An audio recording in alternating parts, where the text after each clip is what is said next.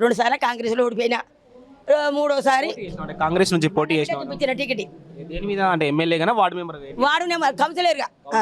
కార్పొరేటర్గా ఏమైంది ఓడిపోయింది 2 సార్లు 2 సార్లు ఇది కేరళ లక్ష్మారెడ్డి ఉన్నప్పుడు టికెట్ ఇస్తే ఓడిపోయింది రెండోసారి మన రేవంత్ అన్న మల్కాజిగిరికి ఎంపీ చేస్తే ఆయనను గెలిపించినాం మళ్ళీ మాకు కూడా టికెట్ ఇచ్చిండు ఆయన అప్పుడు ఓడిపోయినాం అప్పుడు 20 లక్షలు ఇప్పుడు 20 లక్షలు 40 లక్షలు పెట్టి ఓడిపోయి ఇంట్లో ఉన్నాక ఫస్ట్ నేను బాలాజీ నగర్కి వచ్చిన కొత్తలో గ్రామ పంచాయతీలో పనిచేసిన అందరు నామినేషన్ వేయబోతుంటే నన్నే అన్నారు నీలాంటి వాళ్ళు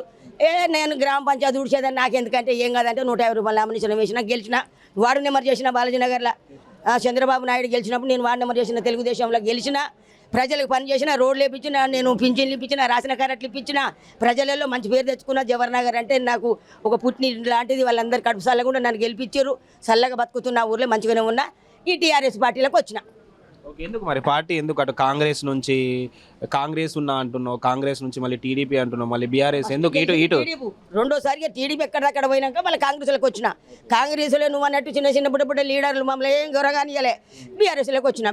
వచ్చినాక దేవిదయతోటి మల్లారెడ్డి ఇవాళ ఇక్కడ ఈ స్థలంలో ఉన్నానంటే ఇది మల్లారెడ్డి పుణ్యమే నాకు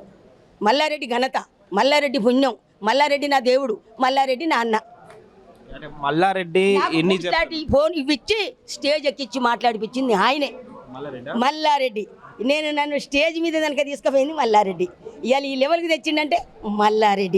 మల్లారెడ్డి పుణ్యమే మల్లారెడ్డి ఘనత మల్లారెడ్డి నా దేవుడే కేసీఆర్ ఒక కన్ను అయితే నాకు మల్లారెడ్డి ఒక కన్ను అందుకని నాకు టీఆర్ఎస్ పార్టీ అంటే అభిమానం నా మెడకాయ కోసుకోమని కోసుకుంటే మల్లన్న గురించి రామన్న గురించి